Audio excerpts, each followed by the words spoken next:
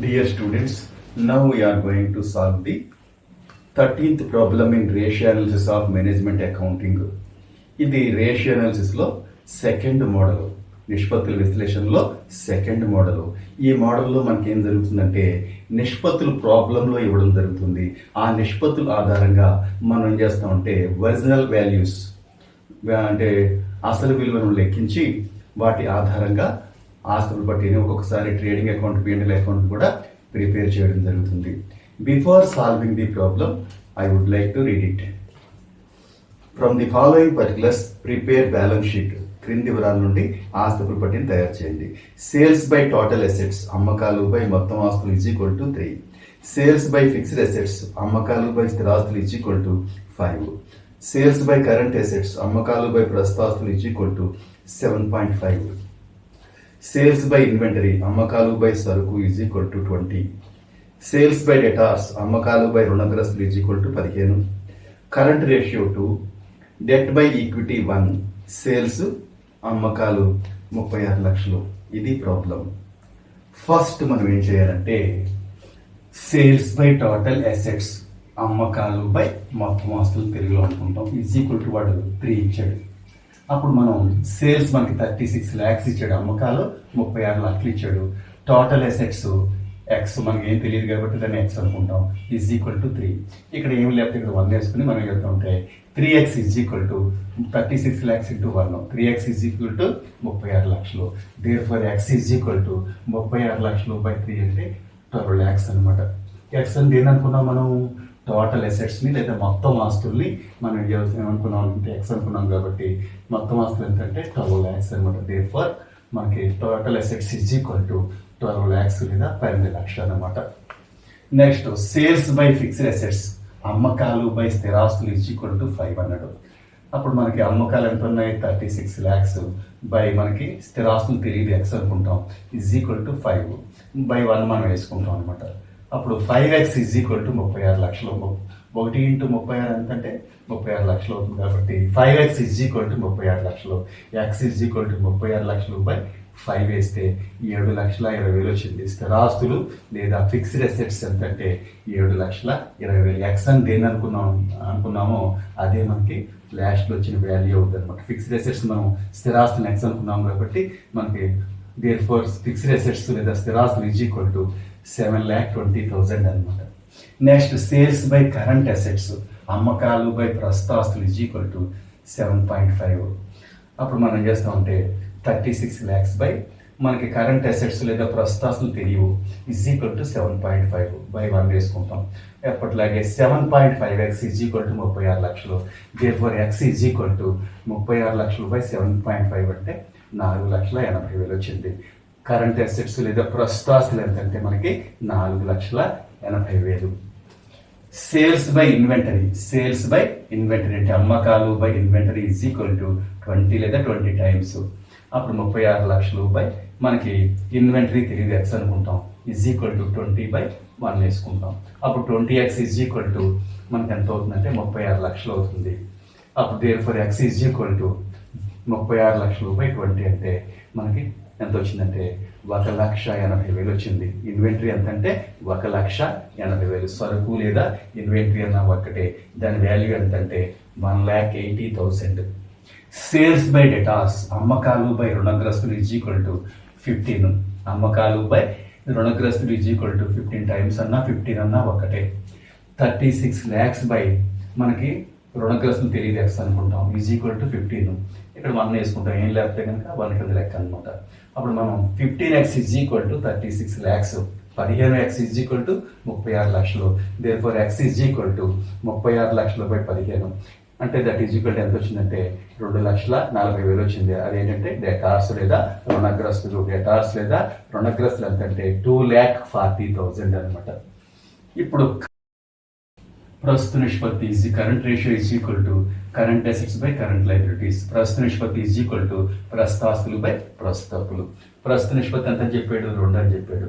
Is equal to ప్రస్తుతాస్తులు మనకు తెలుసు, ఇక్కడ మనం కనుక్కున్నాం. ప్రస్తుతాస్తులు లేదా కరెంట్ అసెట్స్ ఎంత అంటే మనకి 4,80,000 బై మనకి కరెంట్ లైబిలిటీస్ అంటే ప్రస్తుతప్పులు తెలియదు కాబట్టి ఎక్స్ అనుకుంటాం. అప్పుడు ఇలా అటుకుని క్రాస్ మల్టిప్లికేషన్ చేస్తే 2x is equal to 4,80,000. 2x is equal to 4,80,000. Therefore x is equal to 4,80,000 by 2 అంటే 2,40,000 వచ్చింది. దేర్ ఫర్ కరెంట్ లైబిలిటీస్ లేదా ప్రస్తుత అప్పులు is equal to 2,40,000. Total assets by net worth. Total assets by net worth అంటే మొత్తం ఆస్తులు by నికర విలువ. నికర విలువ అంటే షేర్ హోల్డర్స్ ఫండ్స్ లేదా వాటాదారుల నిధులని అర్థం. ఈజ్ ఈక్వల్ టు 2.5 ఇచ్చాడు. మొత్తం ఆస్తులు మనం ఇక్కడ ఫైండ్ అవుట్ చేసాం. టోటల్ అసెట్స్ 12 lakhs బై మనకి నికర విలువ మనకి తెలియదు బై ఎక్స్ పెట్టుకుంటాం. Is equal to 2.5. ఇక్కడ ఏం లేదు కాబట్టి 1 పెట్టుకుంటాం. 2.5x is equal to 12 lakhs. 2.5x is equal to 12 lakhs. Therefore x is equal to 12 lakhs by 2.5 అంటే 4,80,000 వచ్చింది. 4,80,000 ఏంటంటే నెట్వర్క్ లేదా నికర విలువ 4,80,000 లేదా 4,80,000 అంటే ఇది అనమాట షేర్ హోల్డర్స్ ఫండ్స్ అనమాట. ఇది వాటాదారు నిధులు. Debt by equity are network. రుణము బై ఈక్విటీ అన్న నికర విలువ అన్న ఒకటే వాటాదారు నిధులు అన్న. అప్పుడు మనకి రుణం విలువ తెలియదు ఎక్స్ అనుకుంటాం. నెక్స్ట్ నికర విలువ మనం ఇక్కడ ఫైండ్ అవుట్ చేసాం. Network 4,80,000 is equal to 1. అప్పుడు మనం ఏం చేస్తామంటే X is equal cross multiplication చేస్తే X is equal to 4,80,000. X అని దేని అనుకున్నాం? డెట్ లేదా రుణాన్ని ఎక్స్ అనుకున్నాం. రుణం ఎంతంటే 4,80,000 అయింది. ఇప్పుడు అన్నీ మనం ఫైండ్ అవుట్ చేసేసాం. అన్నీ కూడా ఫైండ్ అవుట్ చేసేసాం కాబట్టి ఇప్పుడు బ్యాలెన్స్ షీట్ని ప్రిపేర్ చేయాలి. కంపెనీ పేరు డేట్ ఇవ్వలేదు కాబట్టి బ్యాలెన్స్ షీట్ లేదా ఆస్తులు బట్టి హెడ్డింగ్ పెట్టుకుంటాం. అప్పులు అమౌంట్, అలాగే ఆస్తులు అమౌంట్ రూపాయల్లో పెట్టుకుని అప్పులు వైపున ఈక్విటీ ఆర్ నెట్వర్క్. ఈక్విటీ లేదా నికర విలువ అంటే వాటాదారు నిధులు అనమాట. వాటాదారు నిధులు అంటే ఏముంటాయి? షేర్ క్యాపిటల్ ఉంటుంది, రిజర్వ్ ఉంటుంది, P&L అకౌంట్. ఈ 3 కలిపి 4,80,000. డెట్ రుణం మనకి ఎంత వచ్చింది? మనకి 4,80,000 వచ్చింది.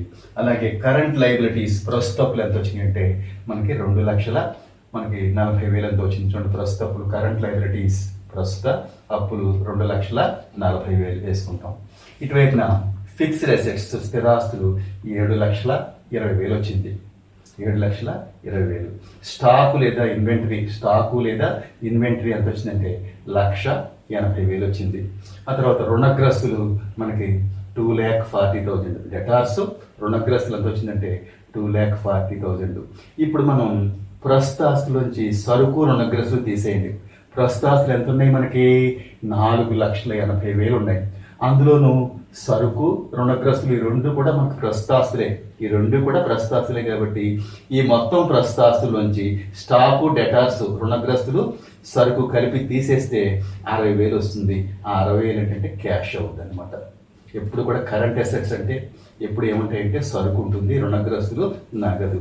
మనకి మొత్తం ప్రస్తుతాస్తులతో తెలుసు, సరుకు ఎంతో తెలుసు, రుణగ్రస్తులతో తెలుసు. మొత్తం ప్రస్తుతాస్తులోంచి సరుకు, రుణగ్రస్తులు కలిపి తీసేస్తే ఎంత వస్తుందంటే 60,000 వచ్చింది. 60,000 ఏంటంటే cash in hand or cash. అక్కడ 60,000 వేసుకుంటాం. సరిగ్గా టోటల్ చేస్తే 12 lakhs వచ్చింది. చూడండి బ్యాలెన్స్ షీట్ టాలీ అయిపోయింది. మొత్తం ఆస్తులు చూడండి. ఇక్కడ మొత్తం ఆస్తులు అంటే బ్యాలెన్స్ షీట్లో ఆస్తుల వైపున ఉన్న ఆస్తులు అన్నీ కలిపితే 12 lakhs వచ్చింది. ఎప్పుడు కూడా బ్యాలెన్స్ షీట్ టాలీ ఏంటంటే ఆస్తులు ఉండాలో అప్పులు కూడా అన్నీ ఉండాలి కాబట్టి ఇది 12 lakhs సరిపోయింది. 12 lakhs సరిపోయింది కాబట్టి so problem is over. Thank you. Dear students, now we are going to solve the 14th problem in ratio analysis of management accounting. ఇది సెకండ్ మోడల్లో రెండో ప్రాబ్లం లేదా second problem. Before solving the problem I wish to read it. Please listen. From the following information prepare a balance sheet. Current ratio ప్రస్తుత నిష్పత్తి 2.5, liquid ratio శీఘ్ర నిష్పత్తి 1.5, proprietary ratio 0.75, fixed assets by proprietary fund. తెలుగులో మనకి యాజమాన్య నిష్పత్తి 0.75, స్థిరాస్తులు by యాజమాన్య నిధులు అని చెప్పేటువంటి. వర్కింగ్ క్యాపిటల్ నిర్వహణ మూలధనం 60,000, రిజర్వ్స్ అండ్ సర్ప్లస్ రిజర్వులు మిగులు 40,000. There is no long term loans or fictitious assets. అంటే దీర్ఘకాలిక అప్పులు కానీ లేదా కృత్రిమ ఆస్తులు కానీ లేవుట. ఇప్పుడు మన బ్యాలెన్స్ షీట్ని ప్రిపేర్ చేయమన్నాడు అమౌంట్లని కనుక్కొని. ఫస్ట్ మనకి మనం ఏం చేస్తామంటే working capital is equal to, first మనకి ఈ ప్రాబ్లంలో మనం ఏం చేయాలంటే working capital is equal to current assets minus current liabilities.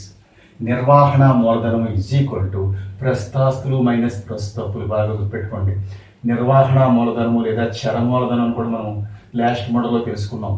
నిర్వహణ మూలధనం ఈజ్ ఈక్వల్ టు ప్రస్తుతాస్తులు మైనస్ ప్రస్తుతప్పులు. ఈ మోడల్లో ఎప్పుడు కూడా let the current liabilities be x, ప్రస్తుత అప్పుల్ని ఎక్స్ అనుకోవాలి. ఇప్పుడు బాగా పెట్టుకోండి, కరెంట్ అసెట్స్ ప్రస్తుత ఆస్తులు is equal to 2.5 into X, 2.5x అవుతుంది అనమాట. ఇప్పుడు మనకి ఏం చేయాలంటే వర్కింగ్ క్యాపిటల్ అయితే ప్రాబ్లంలో ఇచ్చేసాడు ఆన్సర్ 60,000 అనమాట. అది మా is equal to 60,000 is equal to 2.5x minus X. 2.5x లోంచి ఒక ఎక్స్ తీసేస్తే ఇప్పుడు మనకి ఇవి current assets 2.5x, current liabilities మనం ఏమనుకున్నాం ఎక్స్ అనుకున్నాం. అంచేత ఇందులోంచి మనం ఇది తీసేస్తే మనకి ఎంత వస్తుందంటే 60,000 ఈజ్ ఈక్వల్ టు 1.5x. ఇందులో ఒక ఎక్స్ తీసేస్తే మనకి ఒక 1.5 మిగులుతుంది అనమాట. 60,000 is equal to 1.5x. Therefore X is equal to 60,000 by 1.5 అంటే 40,000 వచ్చింది. మనం ఎక్స్ అని దేని అనుకున్నాం, కరెంట్ లైబిలిటీస్ లేదా ప్రస్తుత అప్పులను ఎక్స్ అనుకున్నాం. దేర్ఫోర్ ప్రస్తుత అప్పులు లేదా కరెంట్ లైబిలిటీస్ సిఎల్ అని రాస్తే నేను current liabilities is equal to 40,000 అనమాట. ప్రస్తుత అప్పులు మనకి 40,000 వచ్చినాయి. కరెంట్ అసెట్స్ కావాలంటే మనం ఏం చేయాలంటే ఈ 40,000 ఇంటూ 2.5, కరెంట్ రేషియో ఎంత ఉంది మన దగ్గర 2.5. ప్రస్తుత అప్పుల్ని 2.5తో మల్టిప్లై చేసామనుకోండి కరెంట్ అసెట్స్ వస్తాయి. ఎంతంటే 1,00,000. ప్రస్తుత ఆస్తులు ఎందుకంటే సిఏ అంటే current assets is equal to 1,00,000. మనం వర్కింగ్ క్యాపిటల్ నిర్వహణ మూలధనం is equal to current assets minus current liabilities అనుకున్నాం. ప్రస్తుత ఆస్తులు మైనస్ ప్రస్తుత అప్పులు అనుకున్నాం. ప్రస్తుత ఆస్తులు ఎంత ఉన్నాయి 1,00,000, ప్రస్తుత అప్పులు ఎంత ఉన్నాయి 40,000. 1,00,000 మైనస్ 40,000, 1,00,000 మైనస్ 40,000 అంటే 60,000. వర్కింగ్ క్యాపిటల్కి మనం పడిచిన ప్రాబ్లంలో ఇచ్చిన అమౌంట్కి సరిగ్గా సరిపోయిందంటే మనం చేసిన ప్రాబ్లం కరెక్ట్ అనమాట. ఇప్పుడు quick ratio, quick assets by current liabilities. శీఘ్ర నిష్పత్తి ఈజ్ ఈక్వల్ టు శీఘ్ర నిష్పత్తి ఈజ్ ఈక్వల్ టు శీఘ్ర నిష్పత్తి ఈజ్ ఈక్వల్ టు ద్రవ్యత గల ఆస్తులు బై ప్రస్తుత అప్పులు లేదా శీఘ్ర ఆస్తులు బై ప్రస్తుత అప్పులు. ద్రవ్యత గల ఆస్తులు అన్నా ప్రస్తుత మనకి శీఘ్ర ఆస్తులు అన్నా ఒకటే, ప్రస్తుత అప్పులు మామూలు. ఇప్పుడు మనకి క్విక్ రేషియో ఎంత ఇచ్చాడు 1.5 is equal to quick assets తెలియదు కాబట్టి ఎక్స్ అనుకుంటాం. ప్రస్తుత అప్పులు మనం ఇక్కడ ఫైండ్ అవుట్ చేసాం 40,000. అప్పుడు మనం ఏం చేస్తామంటే క్రాస్ మల్టిప్లికేషన్ చేసుకుంటాం. X is equal to 40,000 into 1.5 అంటే 60,000. ఆ 1.5 ఏంటంటే మనకి శీఘ్ర ఆస్తులు. దేర్ఫోర్ క్విక్ అసెట్స్ లేదా శీఘ్ర ఆస్తులు ఎంత అంటే మనకి శీఘ్ర ఆస్తులు మనకి 60,000 వచ్చిందనమాట. శీఘ్ర ఆస్తులు లేదా క్విక్ అసెట్స్ 60,000. స్టాక్ కావాలంటే ఎప్పుడు కూడా బాగా పెట్టుకోండి current assets minus quick assets. సరుకు కావాలనుకున్నట్టయితే మనకి సరుకు ఈజ్ ఈక్వల్ టు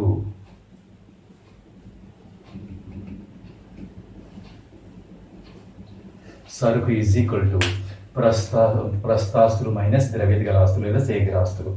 శీఘ్ర ఆస్తులు ఉన్నా ద్రవ్యత గల ఆస్తులు ఉన్నా ఒకటే, లిక్విడ్ అసెట్స్ అన్నా క్విక్ అసెట్స్ అన్నా ఒకటే.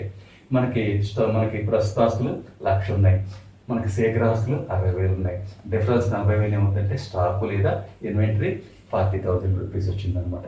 ఇప్పుడు మోస్ట్ ఇంపార్టెంట్ ఫార్ములా ఏంటంటే ఇప్పుడు బ్యాలెన్స్ షీట్లో మనకి లైబిలిటీస్ అయినా ఏముంటాయంటే షేర్ హోల్డర్స్ ఫండ్స్, వాటాదారు నిధులు అంటే వాటా మూలధనాలు, రిజర్వులు, నెక్స్ట్ P&L అకౌంట్, మూడింటిని కలిపి మనం షేర్ ప్రీమియం, 4టిని కలిపి షేర్ హోల్డర్స్ ఫండ్స్ అంటాం.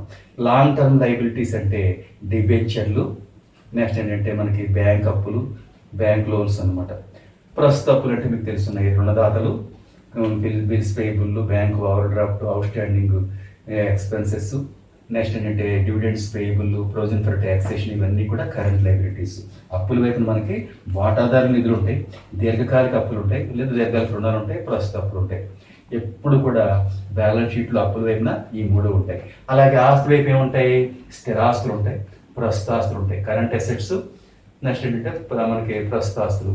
తర్వాత 3వది ఏంటంటే కల్పిత ఆస్తులు అంటే వాటా జరిపే డిస్కౌంట్, డిబెంచర్ జరిపే డిస్కౌంట్, ప్రాథమిక ఖర్చులు, అలాంటి కల్పిత ఆస్తులు కూడా ఉంటాయి అనమాట. ఆస్తుల వైపున 3 ఉంటాయి, స్థిరాస్తులు, ప్రస్తుతాస్తులు లేదా చరాస్తులు, కల్పిత ఆస్తులు. లాస్ట్ సెంటెన్స్ లో మనకు చెప్పాడు, ఏమని చెప్పాడంటే దీర్ఘకాలిక అప్పు లేదా మనకి కృత్రిమ ఆస్తులు లేవంట. There is no long term loans or fictitious assets. అప్పుల వైపేమో దీర్ఘకాలిక అప్పులు లేవట, ఆస్తుల వైపు ఏమో మనకి ఏంటంటే కల్పిత ఆస్తులు లేవట. అంచేత అప్పుల వైపు మనకి ఏమున్నట్లు లెక్క, share holders funds plus current liabilities. అప్పుల వైపున దీని ఇలా ఒక చిన్న గీత పెట్టుకున్నాము, కొట్టేసినట్టు అనమాట. లేవు, ఇది అమౌంట్ మనకి ఇవ్వలేదు కాబట్టి. అలాగే కల్పిత ఆస్తులు కూడా మనకి లేవు కాబట్టి దాని అలా ఒక క్రాస్ పెట్టాను. Shareholders funds plus current liabilities మనకి అప్పుల వైపున ఈ రెండు ఉన్నాయి. ఆస్తుల వైపున స్థిరాస్తులు ప్రస్తుతాస్తులు, ఫిక్స్డ్ అసెట్స్ కరెంట్ అసెట్స్ ఉన్నాయి. ఈ లెక్కలో మనం ఏం చేయాలంటే ఇప్పుడు కూడా let the shareholders funds be x. వాటాదారు నిధులు లేదా ప్రొపరేటర్ నిధులు లేదా యాజమాన్య నిధుల్ని ఎక్స్ అనుకోవాలి, వాటాదారు నిధుల్ని ఎక్స్ అనుకోవాలి. ఇప్పుడు కూడా షేర్ హోల్డర్స్ ఫండ్స్ ని ఎక్స్ అనుకున్నట్టయితే కరెంట్ లైబిలిటీస్ మనకి ఎంత వచ్చినాయి, మనకి ప్రస్తుత అప్పులు 40,000 వచ్చినాయి. ఈజ్ ఈక్వల్ టు మనకి ఈ యొక్క స్థిరాస్తులు లెక్కలు మనకి ఇచ్చాడు 0.5. ఇది ఎక్స్ అయితే ఇది 0.75 ఎక్స్ అవుతుంది అనమాట. ప్లస్ ప్రస్తుతాస్తులు ఎంత ఉన్నాయి, 1,00,000 ఉన్నాయి. అని చేత మనం ఏం చేయాలంటే ఇప్పుడు దాన్ని సింప్లిఫై చేసుకుంటాం. ఎక్స్ ఇది ఎప్పుడైతే మనకి ఈ మనకి 0.75 ఇక్కడ ఉంది, దాన్ని నెగటివ్స్కి వస్తుంది కాబట్టి మైనస్ అవుతుంది. X minus 0.75 X is equal to 1,00,000. ఈ 40,000 ఎటేకి వస్తే ఏమవుతుందంటే మైనస్ అవుతుంది. అప్పుడు ఇందులోంచి ఇది డిడక్ట్ చేస్తే మనకి ఎంత వస్తుందంటే 0.25 ఎక్స్ అవుతుంది. మనకి 1,00,000లోంచి 40,000 తీస్తే 60,000. అప్పుడు 0.25 x is equal to 60,000. Therefore x is equal to 60,000 by 0.25 వేస్తే 2,40,000 వచ్చింది. మనం ఎక్స్ అనుకున్నాం, షేర్ హోల్డర్స్ ఫండ్స్ని. దేర్ ఫోర్ వాటాదారు నిధులు ఈజ్ ఈక్వల్ టు 2,40,000. వాటాదారు నిధులు ఎంత అంటే 2,40,000. స్థిరాస్తులు కావాలి కదా మనకి, ఈ 2,40,000 ఇంటూ 0.75తో మల్టిప్లై చేయండి. 2,40,000 ఇంటూ 0.75 మల్టిప్లై చేస్తే 1,80,000 వచ్చింది. దేర్ ఫర్ ఫిక్స్డ్ అసెట్స్ స్థిరాస్తులు ఈజ్ ఈక్వల్ టు 1,80,000. ఈ పాయింట్ బాగా చూసుకోండి. ఒకటి షేర్ హోల్డర్స్ ఫండ్స్ అప్పుల వైపు మనకి ఏముంటాయంటే వాటాదారు నిధులు, దీర్ఘకాలిక రుణాలు లేదా దీర్ఘకాలిక అప్పులు, ప్రస్తుత అప్పులు ఉంటాయి. అలాగే ఆస్తుల వైపున ఫిక్స్డ్ అసెట్స్, కరెంట్ అసెట్స్, కల్పిత ఆస్తులు అంటే మనకి ఫిక్టిషియస్ అసెట్స్. ఆస్తుల వైపున 3 ఉంటాయి, అప్పుల వైపున 3 ఉంటాయి. ఆస్తుల వైపు మనకి దీర్ఘకాలిక రుణం లేదంట, అప్పుల వైపున మనకి అప్పుల వైపున దీర్ఘకాలిక రుణాలు లేవు, ఆస్తుల వైపున ఏమో కల్పిత ఆస్తులు లేవు. అప్పుడు ఆస్తుల వైపు మనకి ఏమున్నట్టు, అప్పుల వైపు ఏమున్నట్టు మనకి share holders funds current liabilities ఉన్నాయి. ఆస్తుల వైపున స్థిరాస్తులు ప్రస్తుతాస్తులు ఉన్నాయి అనమాట. అప్పుడు మనం షేర్ హోల్డర్స్ ఫండ్స్ని ఎక్స్ అనుకుంటాం. ఇది మనకి ప్రస్తుతప్పులు 40,000. ఇక్కడ 0.75 ఎక్స్ ఏంటది, ఇది ఎక్స్ అయినప్పుడు ఈ స్థిరాస్తులు ఏమవుతుందంటే 0.75 ఎక్స్ ప్లస్ ప్రస్తుతప్పులు ఎంతంటే 1,00,000.